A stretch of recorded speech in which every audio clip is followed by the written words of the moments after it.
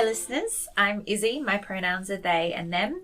Welcome to the Critical Conversations for Social Work podcast. This is Joella.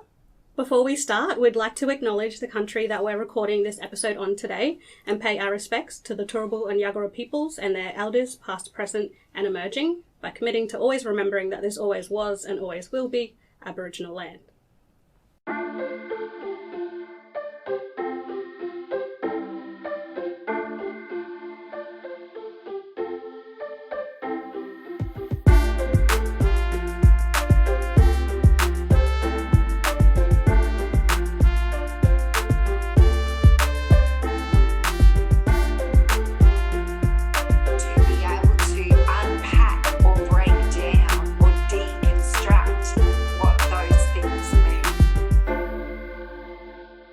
Hello, wonderful people. Welcome to the Critical Conversations for Social Work podcast. My name is Jean Carruthers. My pronouns are she, her, and I'm very excited to be here today with Jane Renniker. Hi, Jane. How are you? I'm very well. Thank you, Jean. Yeah, I'm also very excited to be here too. Awesome.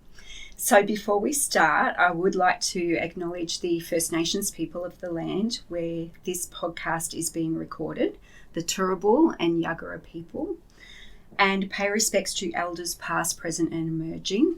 I would like to welcome any Aboriginal people and Torres Strait Islander listeners and recognise that this land was never ceded. So in this podcast episode, Jane and I are going to have a conversation about the previous episode with Peter Westoby and Teddy, who were discussing critical and creative pedagogy in community development. Now, the reason Jane's going to be that person is she's done some work in community development as part of your placement, Jane. Mm-hmm. Yeah, that's right. Yeah. And what we're going to do is unpack a few of those ideas and concepts and maybe bring some of our own understandings and experiences to that as well. Sound all right? Sounds amazing. Yeah. Wonderful. So let's start with you, Jane. Can you tell us or tell the listeners a little bit about you and your understanding of critical and creative pedagogy from your own perspective? Yeah, absolutely.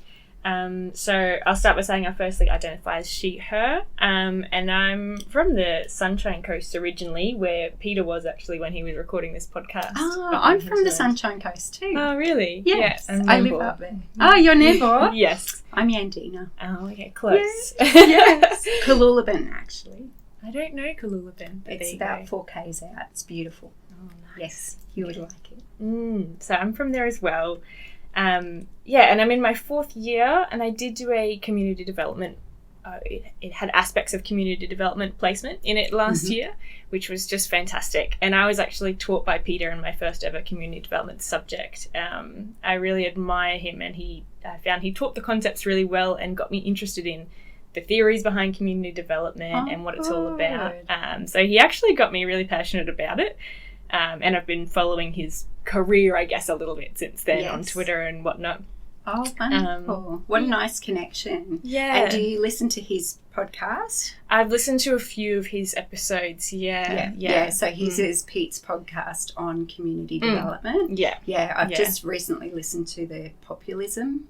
Oh, I haven't done that one. Yeah, there's 3 episodes. Really good. Really good. I find the way he teaches and explains things really helpful too. Yeah. And I think the person he's speaking to, I think her name's Sue Kenny. Brilliant. Absolutely amazing. Some of the work that she's done internationally and here. Amazing. Yeah. Yes. So in terms of critical and creative pedagogy, I find Peter said in the podcast too, he said, now this word pedagogy, everyone's almost got a bit of a different understanding of what it is. My understanding is it's almost very similar to the critical reflexivity. So being a critically reflective practitioner in the way that you're reflecting on your own practice, your own assumptions, you're looking at the broader structures and things that are impacting your way of thinking and your way of practicing. And you're just really being reflective in the way that you practice, whether that's checking a privilege or recognizing how prior assumptions or bias are impacting your thoughts, that kind of thing. And I know there's an aspect of teaching in critical pedagogy, but I don't fully understand that, I don't think. Yeah. So all of that, absolutely, I totally agree with you. And I like the connection you've made with reflexivity because it's not about something outside of us. We're part of it as well. But looking at the ways that critical theory and critical understandings or critical thinking can be positioned as an educational tool. Right. Yeah. So you're educating people about their own experience. Well, not about their experiences, but about some of the things that might be impacting them. Yeah. Helping them understand. Yeah. And some of the injustices that might create for them and stuff like that. I've got some definitions. So critical pedagogy, and this is for the listeners. Critical pedagogies explore how social locations such as gender, race, class and age and processes such as societal norms, discourses and stereotypes formulate knowledge and facilitate privilege and oppression. One of the core principles and practices of critical pedagogy is to analyse and aim to equalise the relationships of power between teachers and students, communities and universities, and researchers and subjects. So that really puts it in the pocket of the things that we do, me as an educator, you as a student, and the way that we might interact. I learn just as much from you and you learn just as much from me in relation to that. I really appreciate that. Yeah, we're able to have this dialogue even though I am a student and potentially have lesser experience or less knowledge, but actually having that conversation on an equal level and I guess both bringing something to the table and both learning from each other. Yeah. So important because as an educator it would be really easy to sort of spout these concepts and think that everybody really understands them in the same way as I do. But having your influence and having your understanding of the way you bring that from your perspective and the things that we need to break down and the things that I don't understand as well, and being having the opportunity to go, well, some of these concepts, I get, and some of them I don't. And I do like that equalising equalising the relationships of power that it speaks to. Absolutely. Love it. So what I would add to that is the ways that Peter spoke about Paulo Freire's critical pedagogy and how his work was about how we learn and support people to understand the political, economic, social, historical and spiritual forces that shape their lives, and how his dialogical process, like that process of having conversations, was demonstrated using theatre and photographic imagery. So bringing that critical pedagogy, but bringing the creative ideas and understandings along with that as well. Do you know much about Paulo Freire's pedagogy? I know a little bit, not as much as I'd like to, because I know he's written that book, the something of the oppressed, the pedagogy of the oppressed, which Peter speaks a lot about. I would love to read it because it sounds really interesting. So most of what I know about Friere I know from what Peter has taught us about.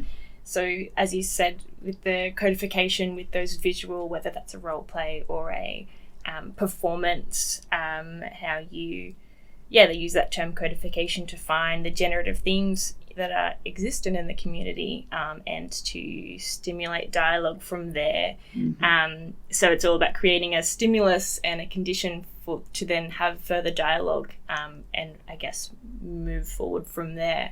And I really like that concept of presenting a visual stimulus to assist the community, I guess, or the people to understand more.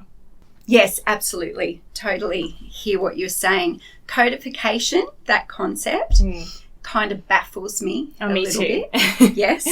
I think my understanding of it is that like the stimulus is there, like a theatre piece or the photographic images that Peter was talking about, like with the work in Nepal and Hummingbird House. But I think the way I understood codification was it was supporting, those stimulus were supporting the ways that people, their themes or generated themes sort of had codes to them, and the ways that they saw those themes and ways they were coded. I've written down recognising and breaking down people's assumptions and the codes in those assumptions, and social ideas or the collective themes that might come out, and how these ideas relate to people's lived experiences. So they're not codes that we could even assume because it's not our lived experience. So it would have to come from the community. And I guess those theatre pieces, Peter talked about being able to recognise those codes as they emerged.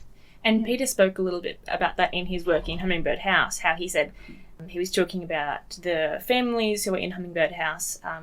The generative theme that emerged was their problem with NDIS and gaining funding and all of that kind of thing. And he said, that's not my lived experience. Like, I have no idea. I've never had to use or access NDIS. So he doesn't know anything about that. That's their lived experience. And he was able to facilitate a discussion about that through the performative piece or something like that.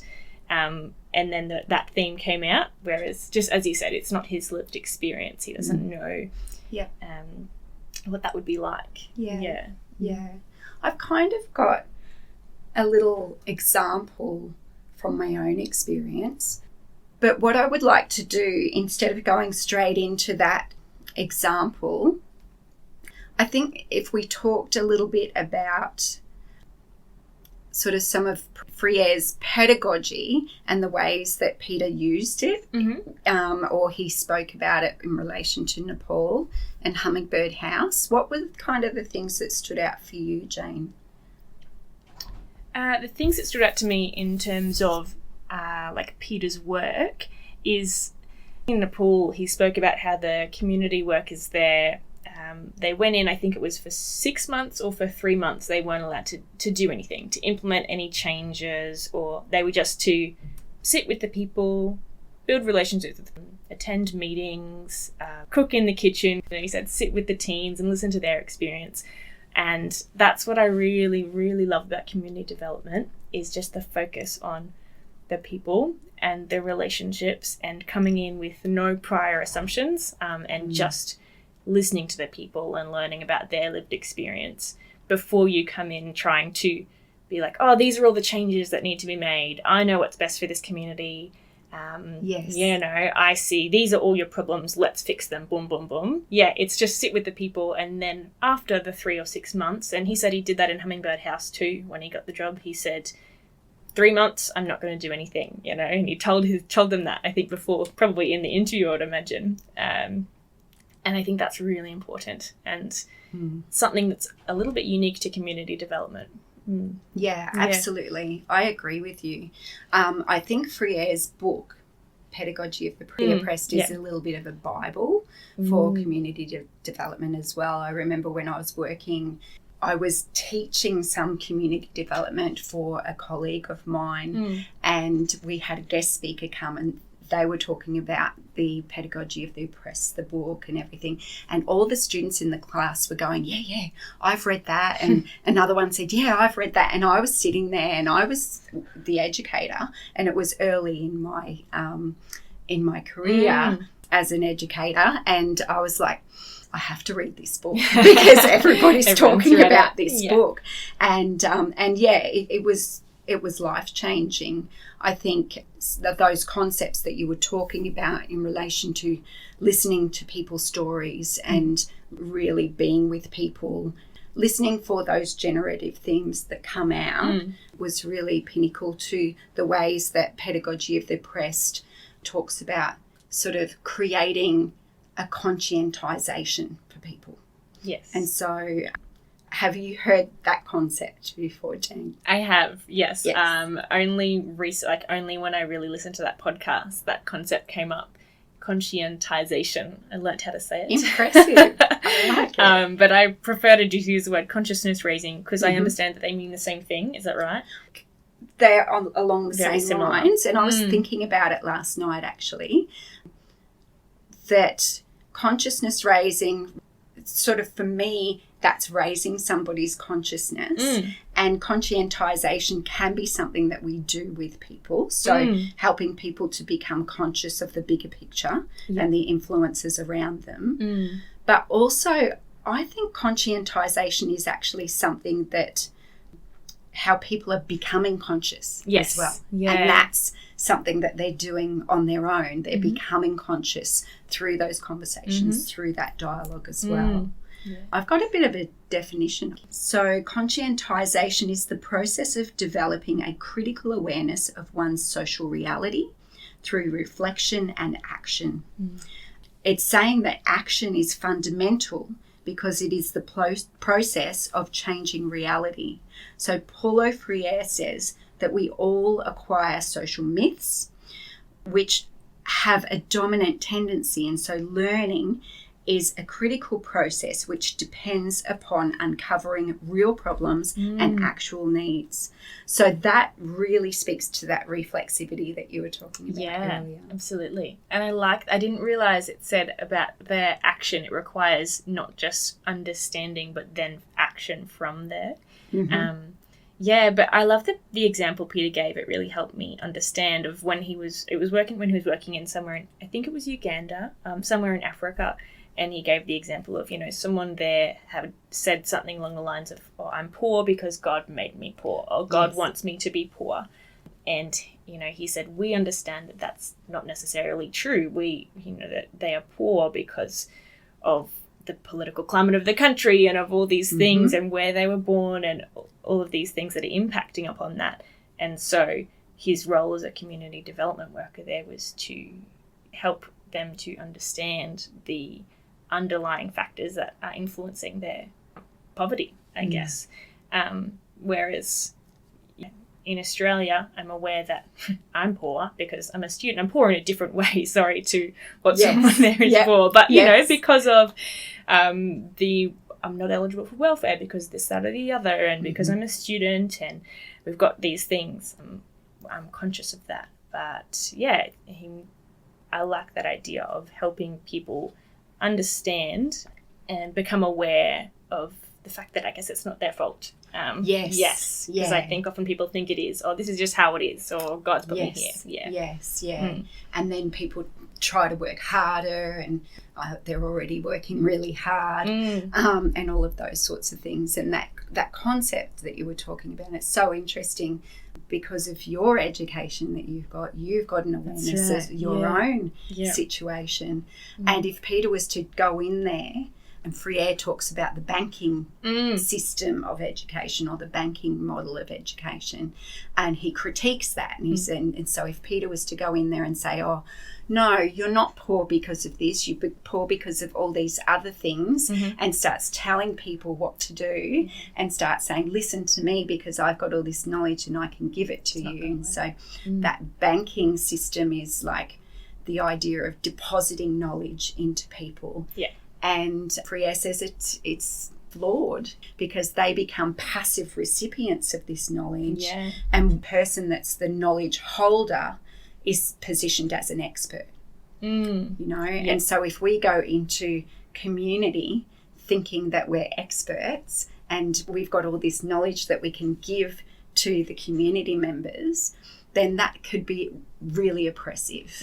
And so Friere talks about the ways that what you were talking about before, people thinking they're poor because it's God's will, or they're poor because they didn't try enough, or they're poor because they didn't take certain opportunities, or those kinds of things. He calls that false consciousness. And that's a term that comes from Marxism, but Friere kind of, like Peter talked about it from Friere's perspective.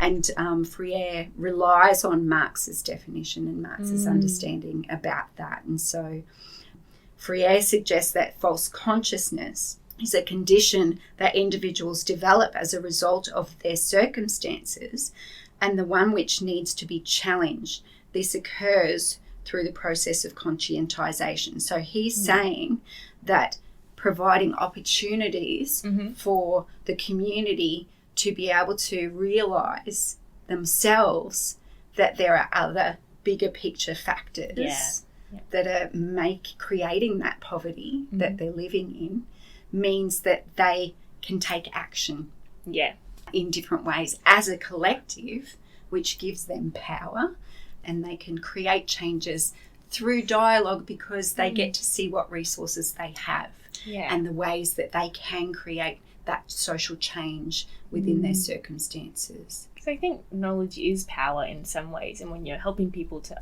gain that knowledge and understand why they're in the position that they're in or what's going on, you're then giving them or helping them to take power of their not take power of their circumstances, but with conscientization, you're helping people understand, I guess, the broader structures that we spoke about. Yeah. And that then gives them, I'm struggling to articulate my words, agency. Yes. Yeah. Thank you. Yeah. Yes. Gives them agency so that they have that knowledge and they can actually, as a collective, say, okay, so what do we do about this now? Where do we start? And come from that collective understanding and build on that. I was just conscious that I was almost sounded like a very neoliberal perspective for a second there. It gives them power to pick themselves up by the bootstraps and do better. So that's not what I meant.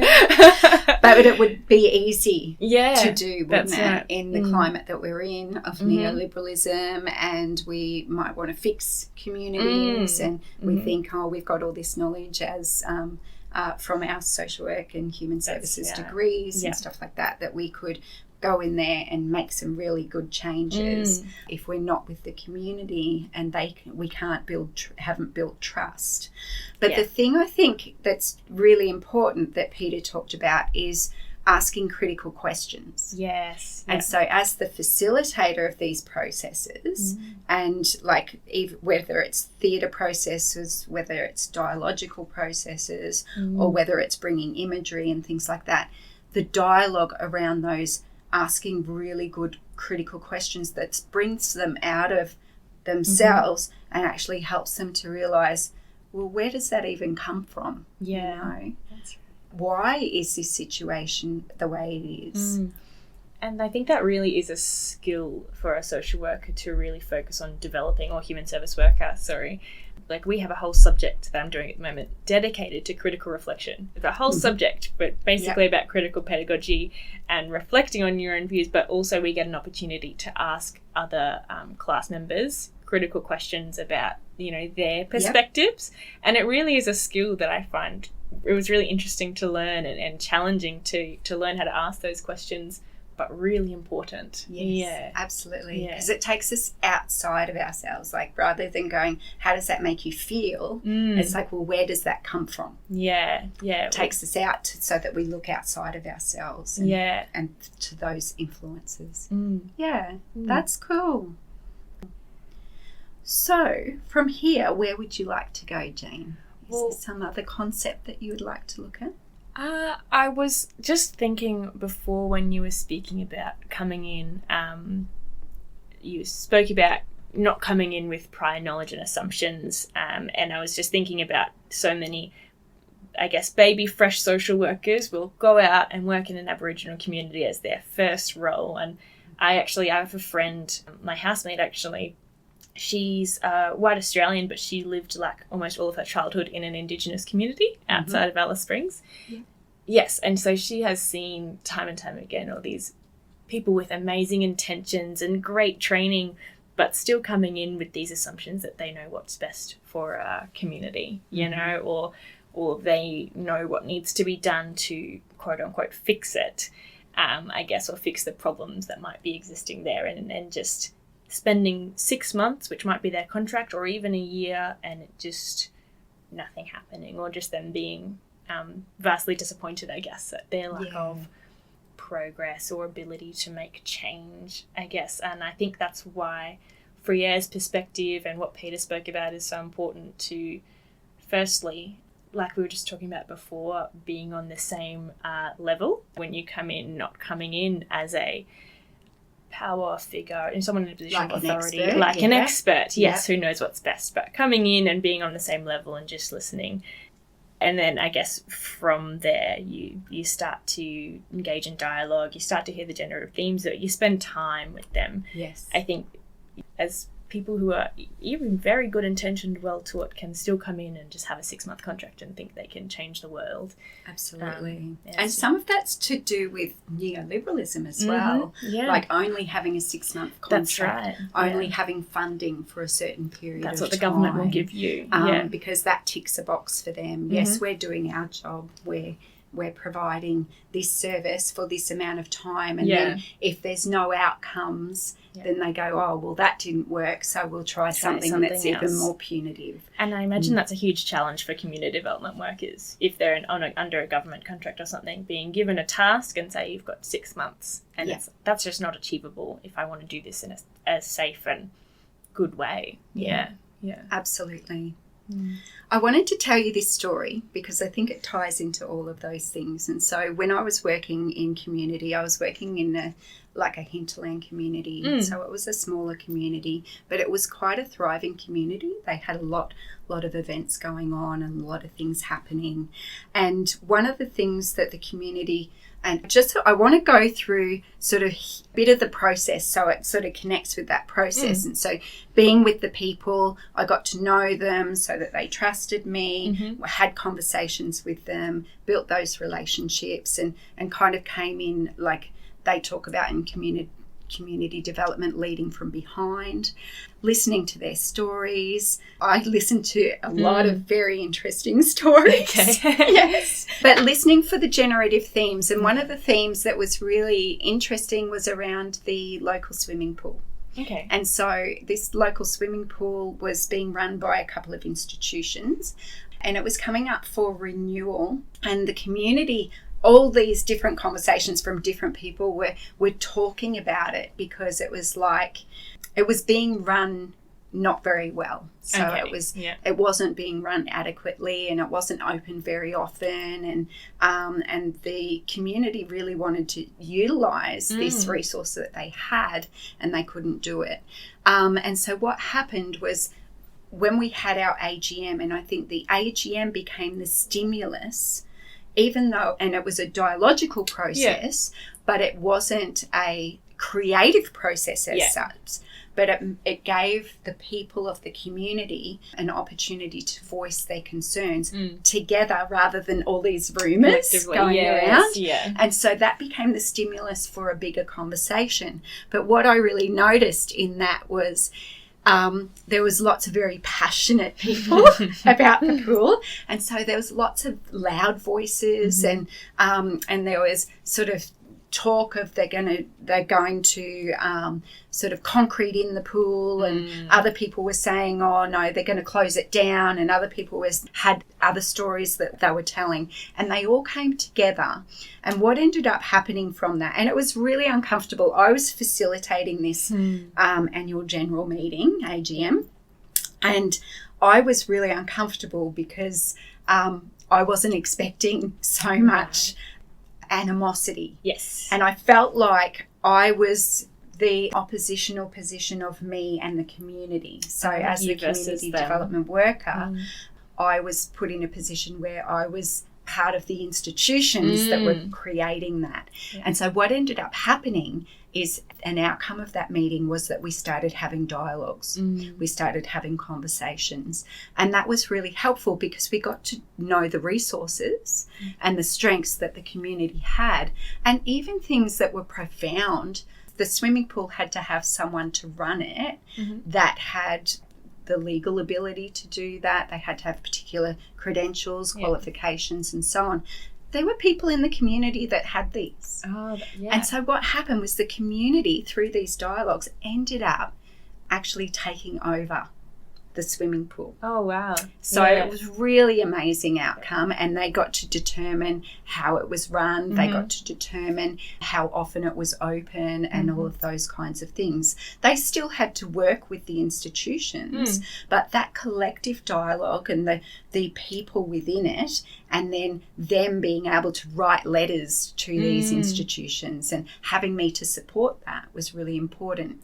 Now, what I had to be really careful of was checking my own assumptions, and I had to step back because I had my own ideas of how this should work, because I wanted to keep everyone happy. Yeah. So I wanted to keep the institutions happy, and I wanted to keep. So I was actually sort of smothering their voices a little bit, because I wanted it to be really civil, amicable, Yes. everybody wins kind of stuff. Which is totally natural to want that. Absolutely. But it was really important that I stepped back Yeah. so that the community's voice could be heard. And it made me think about that concept that Peter was talking about that I didn't fully understand at first. The start with the people, but don't stay with the people. And it made me think about that time that I was there to facilitate and ask those critical questions so that the community could explore what the actual problems were, how they could take action, and what that looked like for them was really important. Yeah. But once I had an investment in it that was not helpful, I needed to pull out. Back. Yeah. I needed to pull back, and that's where the community takes over, and they did that all themselves. Yeah. You know, in the end, and they used me when they needed to sort of go over stuff or to advocate a particular way or to organise a meeting for something and things like that. So I was still part of the process, but I didn't have to lead the process at all. And I really like how that story really clearly shows as you said, the processes in community development that Friere talks about. You can see them all happening throughout that story. You had this started with the stimulus of the meeting and so much dialogue occurring there when you had, I would say, maybe a bit of conflict or just opposition among the people. You know, we sometimes assume communities all want the same thing, but often that's not true. Yes. And then moving on from that through the dialogue, which you facilitate, to, I guess, I think he talked about narrative practice, how you go from the first story to the second story. Yep. So moving from that conflict to having those oppositional views through dialogue to understand that, actually there's heaps of capacity in this community to run this ourselves, to come to that realisation. And I think that's when Peter started talking about not staying with the people. He said, you know, you start with them, you listen to their views, you move from the first story to the second story, which is an opportunity to look at how we can approach this differently, how we can make positive changes here. Let's move from the problems, I guess, problem-focused discussions, which are important to analyse, you know, what's wrong here, what's happening, what are the issues existent, to moving on to, okay, well, what's your experience of ways that this could be solved? He talked about it in a hummingbird house context as well. Yeah. Yeah, I wrote it down. He called it the pain story. The pain was the first story. Yeah. And one of our other colleagues called it the problem-saturated story. Yes. Yeah. And the second story was the story for change, or the story of change, where those resources and that action can happen. And I called that the hope story. I like that. Yeah. Because I think without, I guess, facilitation, it often will happen when communities just come together, but sometimes I think it can be very easy to stay at that first story and just to talk about this is what we're feeling, this is why we're angry, this is why we're hurting, and not moving past that, which can be really difficult. But that, I think, is where a community development worker comes in and says, okay, let me ask the critical questions, let me even connect people up who potentially haven't met each other, let's form a group of people and actually talk about this and talk about the hope story, the ways that we can create positive change here. And that reminds me too, because Peter was saying that with that first story, that's like the false consciousness as well. Yes, that's right. And he said that one of his colleagues, Anthony Kelly, he says that those stories and meeting people there is really important and really valuing that pain story for them, or that false consciousness, and not trying to force people. Yes, not coming in with toxic positivity going, okay, let's look at how we can change this straight away, but being like, yes, I sit with you and I hear that and I feel that, and I validating their feelings, I guess, and really sitting with them in that place for a little bit before you try and push them to move forward. Especially in his hummingbird house context, you know, when he's dealing with families that are grieving and going through intense loss and traumatic situations, to just come into that and say, okay, you know, how are we going to change that? I think that would be harmful almost. Absolutely. Yeah. I like that term, toxic Positivity. Yeah. That's a good term. So, last concept that we look at. I know we didn't get a chance for you to talk more about your own No, I didn't. experience. Yeah. Did you want to talk briefly about how that relates to some of your own?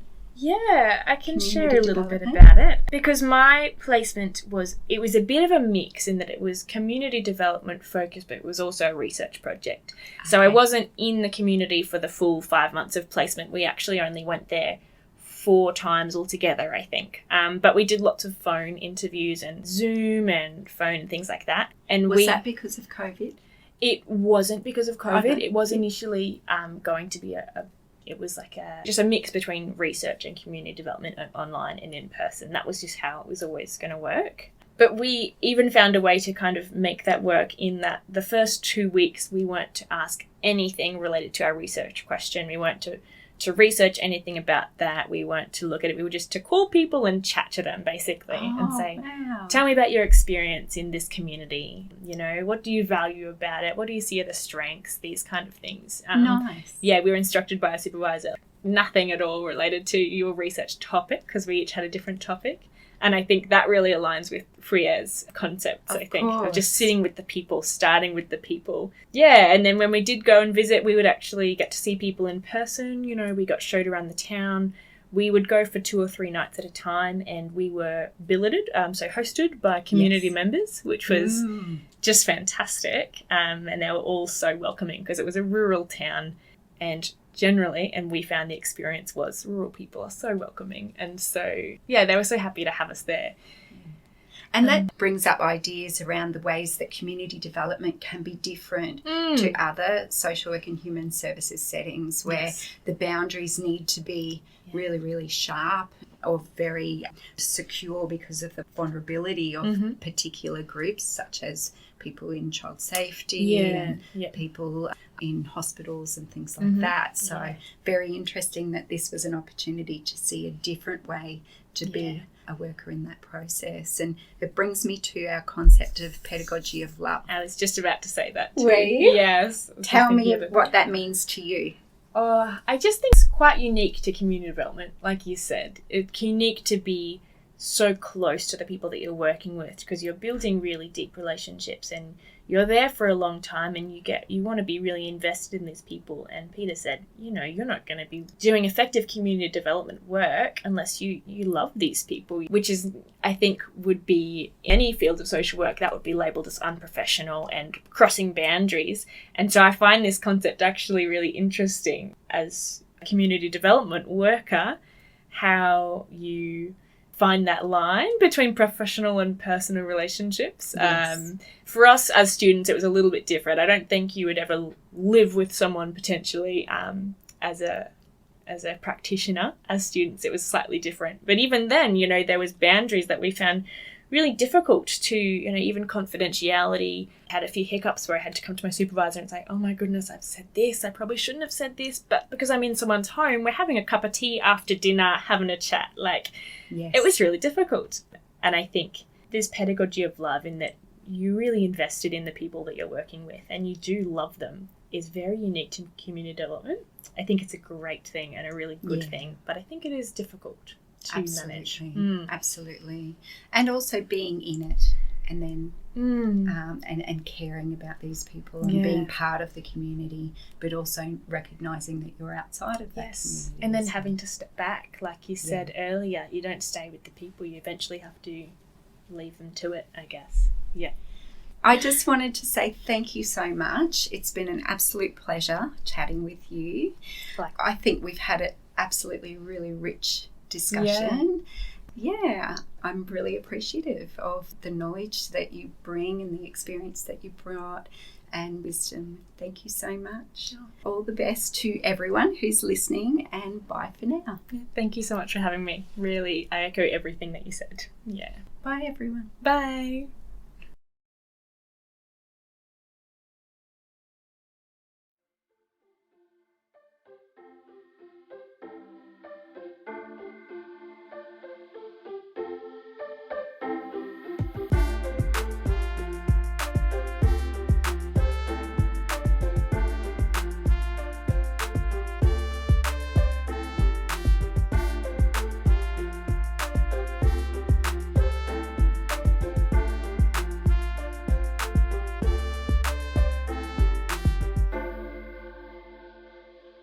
If you'd like to keep up with any of our socials and to continue listening to future episodes, please follow us on Instagram. That's Critical Conversations, the number 4 SW.